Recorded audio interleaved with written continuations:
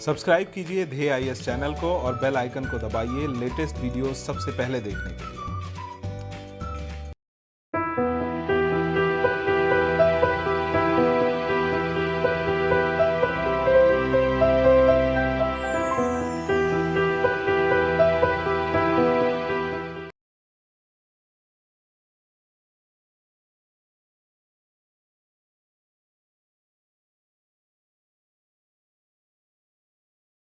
नमस्कार, मैं सुनील वर्मा ध्येय आईएएस टीम की ओर से आपका स्वागत करता हूं ध्येय टीवी पर।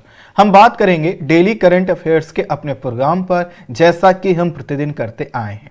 आज के वीडियो में हम बात करेंगे पांडा के विषय में। समझने का प्रयास करेंगे कि पांडा जीव क्यों खास होते हैं, इनका इन्वायरमेंटल इंपॉर्टेंस क्या होता है। साथ ही समझेंगे कि व्हाइट पांडा रेड पांडा से कैसे अलग होते हैं, वर्तमान समय में रेड पांडा क्यों चर्चा में बने हुए हैं। काफी डायमेंशंस हम इसमें कवर करने का प्रयास करेंगे। हम इसको थोड़ा सा डिटेल में डिस्कस करेंगे, जिससे कभी भी इन्वायरमेंट या किसी भी टॉपिक से जोड़कर अगर इनका इंपॉर्टेंस आपसे पूछा जाए तो आपका जो प्रश्न हो वह सबसे अच्छा हो सके, उसका उत्तर सबसे अलग हो सके। आइए हम थोड़ा सा इसको समझते हैं। सबसे पहले कुछ इमेज देख लेते हैं जो हमें काफी जो है कि आकर्षक लग सकती हैं।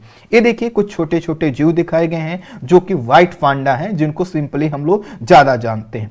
ये छोटे छोटे पांडा हैं और यहाँ पर अगर आप देखेंगे तो 38th ईयर सेलिब्रेट किया जा रहा है एक पांडा का। हालांकि इनका जो जीवन काल होता है सबका वह 38 ईयर नहीं होता, लेकिन यहाँ पर सेलिब्रेट किया जा रहा है क्योंकि कुछ खास है।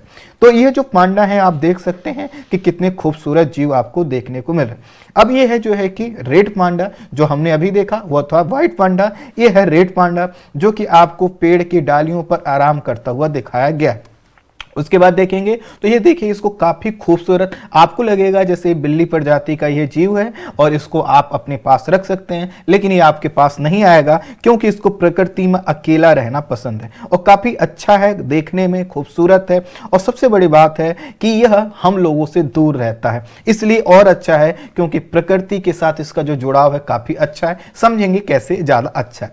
अब देखिए यहाँ पर आपको दिखाया गया है इंडिया का मैप। इंडिया का जो मैप हम देखते हैं इसमें अगर हम थोड़ा सा ध्यान दें तो जो हमारा यह वाला जो क्षेत्र है यहाँ पर आपको पता है कि जो जैव विविधता है अर्थात बायोडायवर्सिटी है वो सबसे ज्यादा पाई जाती है। आपका जो बायोडायवर्सिटी के कुछ हॉट स्पॉट हैं, हॉट स्पॉट से तात्पर्य ऐसे क्षेत्रों से होता है जहां पर जैव विविधता ज्यादा पाई जाती है। तो यह जो क्षेत्र है यहाँ पर जैव विविधता आपको ज्यादा देखने को मिलेगी। यह वाला जो क्षेत्र है यहाँ पर आपको जैव विविधता देखने को ज्यादा मिलेगी। और यह जो आपका पूर्वोत्तर भारत का क्षेत्र है और पूर्वोत्तर भारत में यह जो हिमालयी क्षेत्र से लेकर ये जितने पहाड़ी क्षेत्र हैं यहाँ पर क्या है जैव विविधता उच्च पाई जाती है। उसके कई कारण हैं। पहला तो प्रमुख कारण यही है कि यहाँ पर जो मानवीय हस्तक्षेप या जो कि मानव का जो जनसंख्या घनत्व है वह कम है। दूसरा यह है कि यहाँ पर घने जंगल हैं। कारण यह है कि यहाँ पर टेम्परेचर ज़्यादा रहता है, वर्षा ज़्यादा होती है और यहाँ पर जो वेजिटेशंस के विकास के लिए अनुकूल दशाएं होती हैं। साथ ही साथ यहाँ के नदियों में जो जल स्तर है हमेशा लगभग बना रहता है और उसके कारण इस पूरे क्षेत्र में वेजिटेशन का विकास होता है और वेजिटेशन पर निर्भर जो जीव हैं उनका भी विकास ज़्यादा होता है। इस चीज़ का जिक्र आएगा इसलिए मैं बता रहा हूँ, इसलिए नहीं बता रहा हूँ कि आपको ये पता नहीं, मुझे पता है, आपको पता है, बस मैं रिपीट करवाने का प्रयास करूं।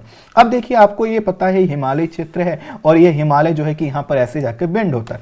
यहीं पर एक नदी है जिसका नाम है ब्रह्मपुत्रा नदी और ये देखिए ब्रह्मपुत्रा नदी कुछ इस रूप में आपके प्रवेश करके इधर इस डायरेक्शन में आगे बढ़ती। तो ये जो ब्रह्मपुत्रा नदी है ये क्या करती है, एक तरह से देखा जाए तो यहां पर जो मिलने वाले पांडा हैं वह दो प्रकार के हैं, जैसा कि हमने दिखाया व्हाइट पांडा और रेड पांडा। तो जो व्हाइट पांडा है आपको चाइना के इस क्षेत्र में खूब देखने को मिलेंगे, हमारे यहां नहीं।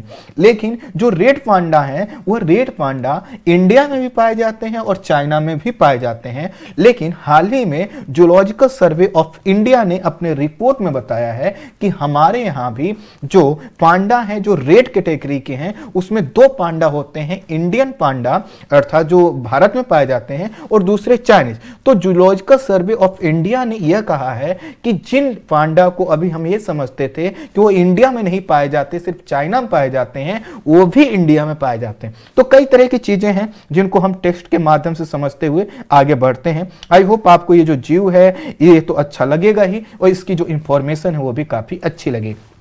तो थोड़ा समझते हैं। पांडा जो है कि प्रकृति के सबसे खूबसूरत जीव में से एक है, जो कि भालू से जैविक रूप से निकटता दिखाई दे। इनको अगर देखेंगे तो आपको लगेगा कि जो है कि भालू जो होते हैं उनको काफी तरह से अच्छी तरह से सजा दिया गया है, लेकिन ये भालू की तरह ही विशाल होते हैं, गोल मटोल भी होते हैं, लेकिन इनका जो ऊपर का आवरण है, जो फर है, अर्थात इनके जो बाल हैं, वह जो है कि अलग होते हैं। अगर आप इसको देखें तो देखिए यहां पर जो कि व्हाइट कलर और ब्लैक कलर का कॉम्बिनेशन दिखाई देगा। यहां पर भी आप देखेंगे तो ये देखिए, ये जो आपका रेड पांडा है, इसमें देखिए इनका ये जो वाला भाग है इसमें ब्लैक कलर आपको दिखाया गया है, और यह जो है कि रेड कलर का है। इसको देखेंगे तो आप देखिए कान पर अगर आप देख पा रहे हो तो यहां पर जो है कि ब्लैक कलर के स्पॉट है। कान, ये आंख के ऊपर भी कई जगह ब्लैक स्पॉट दिखाई देता है। तो देखने में भले ही आपको भालू की तरह लगे, लेकिन यह जो है कि उससे अलग होते हैं। इनके जो है कि जो काले धब्बे हैं इनके शरीर पर आपको दिखेंगे, चाहे वो व्हाइट हो या फिर रेड हो।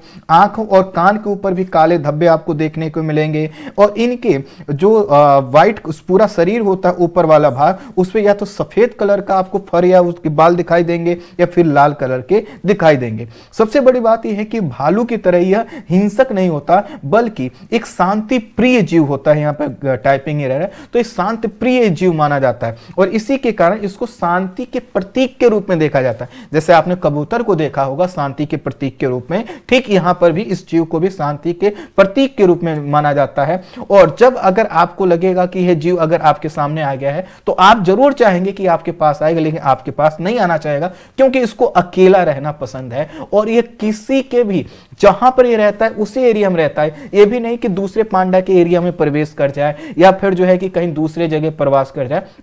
इसका जो है कि जीवन का मोटो फिक्स है। मोटो क्या है इसका जीवन का, कि हमें एक क्षेत्र मिला हुआ है, वहां पर जो बांस है, वहां पर जो घास है, या वहां पे जो इसको खाने के लिए चीजें, बस वह मिल जाए, ये दुनिया से कोई मतलब नहीं रखता। कुल मिलाकर कहें तो एक परम आनंद की अनुभूति करता है, बस इसको भोजन मिलता है, और इस भोजन काफी ज्यादा करता है। खैर आगे समझेंगे। तो पांडा जो हमने देखा, ये जो पांडा सामान्यतः ही शब्द यूज होता है वह व्हाइट कलर के पांडे के लिए होता है। तो पांडा को जो व्हाइट कलर का पांडा होता है इसको विशाल पांडा भी कहा जाता है। और ये जो विशाल शब्द पांडा इसलिए यूज किया जाता है क्योंकि इसको रेड पांडा से अलग किया जा सके। ध्यान दीजिए, मैंने कहा कि जो पांडा है सामान्यतः वह किसके लिए, व्हाइट पांडा के लिए यूज होता है, और इस व्हाइट पांडा को विशाल पांडा भी कहा जाता है। इसलिए कहा जाता है ताकि जब हम विशाल पांडा या फिर जो है कि पांडा शब्द यूज करते हैं तो इसको रेड पांडा से अलग किया जा सके, क्योंकि रेड पांडा का जो आकार है वह छोटा है। आप देखिए यहां पर इस जो है कि पांडा को देखिए, और यहां पर इस पांडा को देखिए कितना छोटा है, आपको लगेगा छोटा सा बिल्ली जैसा है। तो कुल मिलाकर इसको क्या कहा जाता है, जो पांडा है जो व्हाइट कलर का है, इसको जो है कि जायंट पांडा या विशाल पांडा के रूप में भी जाना जाता है। जो सफेद पांडा है मूल रूप से चीन का यह मूल निवासी माना जाता है, वहां पर यह ज्यादा मिलता है। जो विशाल आकार के जो पांडा है, जो व्हाइट पांडा है, इसका जो वजन होता है 200 से लेकर 250 किलोग्राम तक होता है, जब मेच्योरिटी का एज इसका होता है। हालांकि इनका जब जन्म होता है उस समय वजन काफी कम होता है, लगभग 150 ग्राम, लेकिन इनकी जो ग्रोथ होती है काफी ज्यादा होती है। इनकी लंबाई जो है कि अपनी मेच्योरिटी एज में लगभग 6 फीट हो जाती है, और इनका जो जीवन काल होता है वह 20 से 30 साल होता है। और जैसा कि हमने देखा है कि कोई कोई जो पांडा होते हैं इससे भी ज्यादा जीवन व्यतीत करते हैं। पांडा एक दिन में 10 से लेकर 30 किलो तक बांस खा सकता है। ध्यान दीजिएगा, 10 से लेकर 30 किलो तक बांस खा सकता है, और इसे बांस खाने वाला जीव भी इसीलिए कहा जाता है क्योंकि बांस इसको काफी पसंद है। यह अपने जीवन का आधा हिस्सा जो है कि खाना खाने में व्यतीत कर देता है। मतलब खाने के मामले में कहा जाए तो एक काफी फूडिश टाइप का है, इसको भोजन मिल जाए दुनिया से कोई मतलब नहीं है।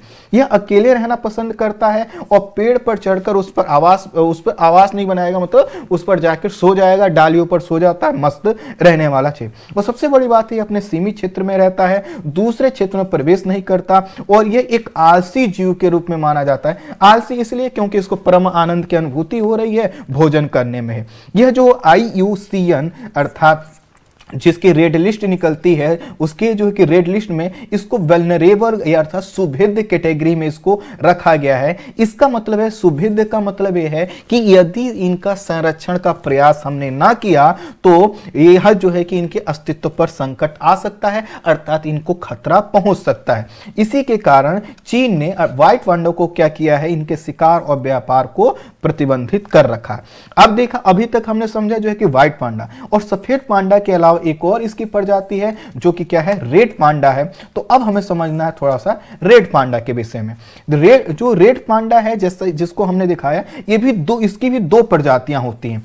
एक पहली जो प्रजाति है यह जो है कि आपकी इंडिया में पाई जाती है। इसे जो है कि आमतौर पर हिमालयन रेड पांडा के नाम से जाना जाता है। इसका इंग्लिश नाम यहां पर लिखा हुआ है, एलुरस फुल्जेंस इसका जो है कि इंग्लिश नाम है। दूसरी जो प्रजाति है यहां पर, ये देखिए इसके साथ जो है कि स्टैनी ये शब्द जुड़ जाता है, एलुरस फुल्जेंस और स्टैनी, यह जो है कि चाइनीज रेड पांडा को डिनोट करता है। हमने क्या कहा कि रेड पांडा जो होते हैं वो भी दो प्रजातियां हैं उनकी। एक प्रजाति जो हमारे यहां पाई जाती है जिसको हम हिमालयन रेड पांडा कहते हैं, दूसरा है जो स्टैनी है जो कि चाइनीज रेड पांडा के नाम से जाना जाता है। यह मुख्य रूप से जो कि पूर्वी हिमालयी क्षेत्र और दक्षिण पश्चिमी चीन वाले क्षेत्र में पाए जाते हैं। कौन से क्षेत्र? इन क्षेत्रों में यह क्या होते हैं, पाए जाते हैं।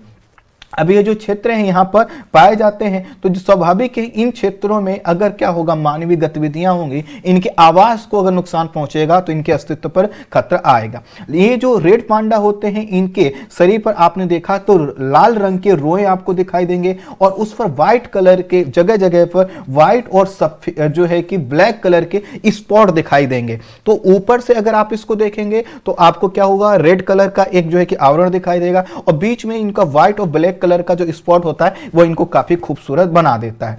इन्हें जो है कि ये हमेशा जंगलों में ही रहना पसंद करते हैं, इसी के कारण इनको जो है कि फायर फॉक्स के नाम से भी जाना जाता है। ये जो रेड पांडा है यह आपने देखा व्हाइट पांडा की तुलना में काफी छोटे हैं, इसी के कारण इनको जो है कि लेसर पांडा या छोटे पांडा के रूप में भी इनको जाना जाता है।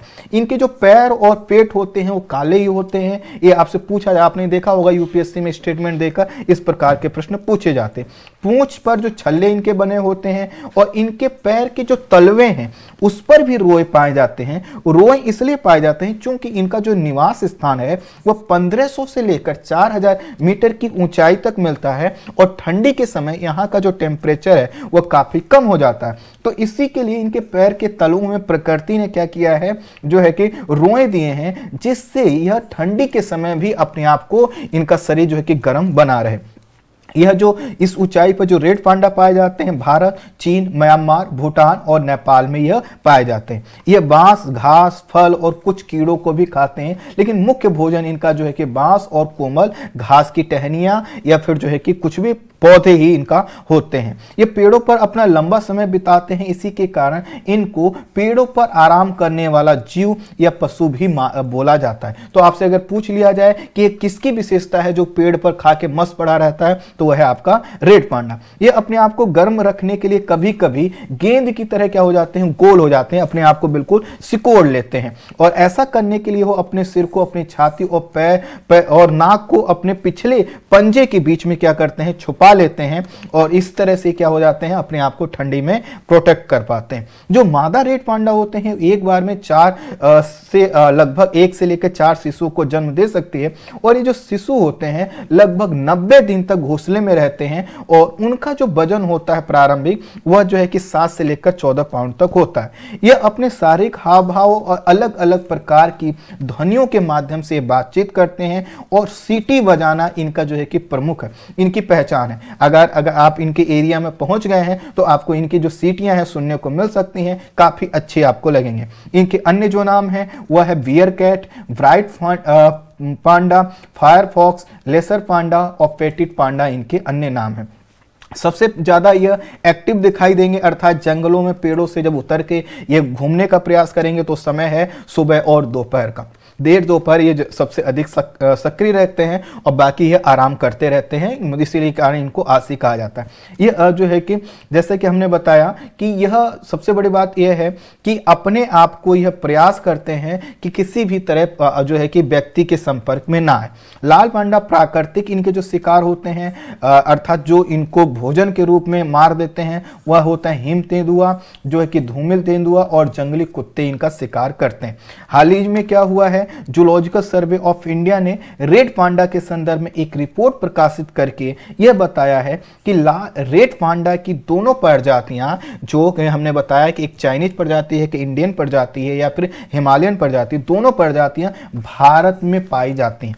और यह जो निष्कर्ष रिपोर्ट निकाला गया है 3 साल तक किए गए अध्ययन के बाद इसको निकाला गया।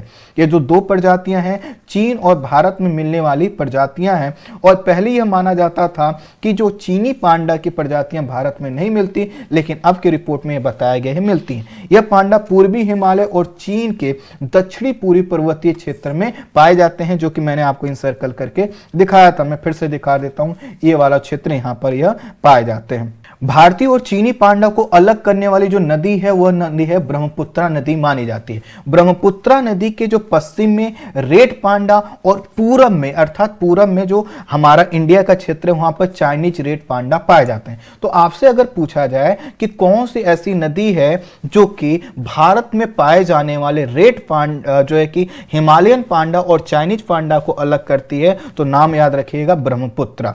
यह रिपोर्ट में यह भी बताया गया है कि इस प्रजाति का जो डायवर्जन है लगभग 0.3 मिलियन वर्ष पहले मध्य या उत्तर प्लिस्टोसीन काल में हुआ था।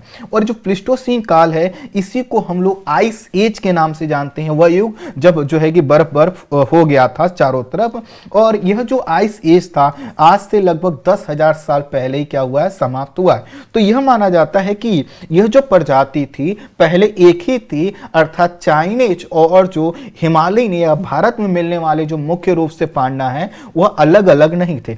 लेकिन क्या हुआ कि जो प्लिस्टोसीन एज आया, जब बर्फ का विस्तार हुआ, तो ये दोनों प्रजातियों ने अपने में कुछ परिवर्तन किए, जिसके कारण 2 प्रजातियां अस्तित्व में आई।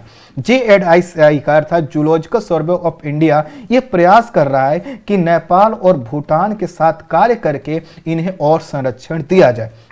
लेकिन सबसे बड़ी बात है कि पिछले 2 दशकों में इनकी संख्या में 50% की कमी आई है, जिस पर सभी अंतर्राष्ट्रीय संस्थाओं ने अपनी चिंता व्यक्त की है। इस समय इनकी जो अनुमानित संख्या है वह लगभग 15,000 मानी जा रही है, जो कि हमने रेड पांडा के संदर्भ। यह जो है कि भारत, नेपाल, भूटान, चीन में पाए जाते हैं। और भारत में अगर देखा जाए तो 5,000 से 6,000 रेड पांडा जो कि 4 राज्यों कौन से, अरुणाचल प्रदेश, मेघालय, सिक्किम और पश्चिम बंगाल में पाए जाते हैं। पश्चिम बंगाल के खासकर उत्तर वाले क्षेत्र में पाए जाते हैं। इनको संरक्षित किया गया है भारतीय वन्यजीव संरक्षण अधिनियम 1972 की अनुसूची 1 में रखा गया है। अनुसूची 1 में जिन जीवों को रखा जाता है उन जीवों का जो है कि कभी भी ना तो आप शिकार कर सकते हैं ना उनका व्यापार कर सकते हैं। इनकी संख्या में जो कमी आ रही है दिन प्रतिदिन, हालांकि एक रिपोर्ट अभी बताऊंगा जिसमें बताया गया है कि अब इनके शिकार में कमी रुकी है, लेकिन इनकी संख्या में जो हमने कहा कि पिछले 2 दशकों में 50% की गिरावट आई है, तो इनकी संख्या में कमी का 70% कारण यह है कि इनका जो फर होता है, जो रोए होते हैं, इनका व्यापार होता है। 20% तो इन जीवों का ही व्यापार माना जाता है, अर्थात इन जीवों को ही लोग पालने के लिए किसी अन्य चीज के लिए कर लेते हैं। 5% परंपरागत दवाओं के रूप में इनको मारकर प्रयोग किया जाता है। और सबसे बड़ी बात है कि जो आवास क्षति, चाहे आप डैम बनाइए, हाईवे बनाइए या कुछ भी कीजिए, जिस जंगलों से होकर ये घने जंगलों में जहां ये आवास करते आए हैं वहां से जब इनको हटाएंगे तो स्वाभाविक है इनके लिए कंडीशन क्या हो जाए, क्रिटिकल हो, क्योंकि इनको क्या चाहिए होता है, काफी ज्यादा भोजन चाहिए होता है। यह अपने वजन के आकार का 1/3 अर्थात अगर कोई 200 केजी का अगर है तो आप समझ लीजिए उसका 1/3 उसको डेली भोजन के रूप में चाहिए। और इतना भोजन कहां मिलेगा, घने जंगल में ही मिल सकता है। नवंबर 2020 में आई ट्रैफिक की रिपोर्ट में यह बताया कि हाल के वर्षों में रेड पांडा के शिकार में कमी देखी जा रही है, और यह जो कमी देखी जा रही अच्छी चीज है। नवंबर 2020 में आई रिपोर्ट में हिमालयन क्षेत्र में जुलाई 2010 से जून 2019 2019 में लाल पांडा के शिकार और गैर कानूनी व्यापार के अध्ययन पर यह रिपोर्ट आधारित थी और इसमें कहा गया है कि यह जो इनका शिकार किया जा रहा था उसमें कमी आ रही। हालांकि जो संख्या है वो भी अभी भी चिंताजनक बनी हुई है। इस रिपोर्ट के अनुसार इस क्षेत्र के युवाओं में वन्य जीवों के अंगों से निर्मित उत्पादों के प्रयोग में कमी आई है, जो लाल पांडा के शिकार या कमी में गिरावट का मुख्य कारण बताया गया। हालांकि अन्य जीवों जैसे कस्तूरी हिरण, जंगली सूअर आदि द्वारा इनका शिकार किया जाता है, जो कि इनके अस्तित्व के लिए अभी भी खतरा उत्पन्न करते हैं। रिपोर्ट के अनुसार जुलाई 2010 से लेकर जून 2019 के मध्य भारत और भूटान की सरकारों ने लाल पांडा के शिकार और अवैध व्यापार पर एक भी मामला दर्ज नहीं किया है। ये काफी अच्छी चीज। विशेषज्ञों के अनुसार जिस समय या जिस अवधि का अध्ययन कर रिपोर्ट दी गई है, उस अवधि के दौरान भूटान के दोरारजी नेशनल पार्क में लाल पांडा के जाल में फंसने का एक मामला आया था और भारत में लाल पांडा के अवैध शिकार के 6 मामले सामने आए थे। तो कुल मिलाकर ये बता रहा है कि संख्या में कितना जो है कि कमी आई है।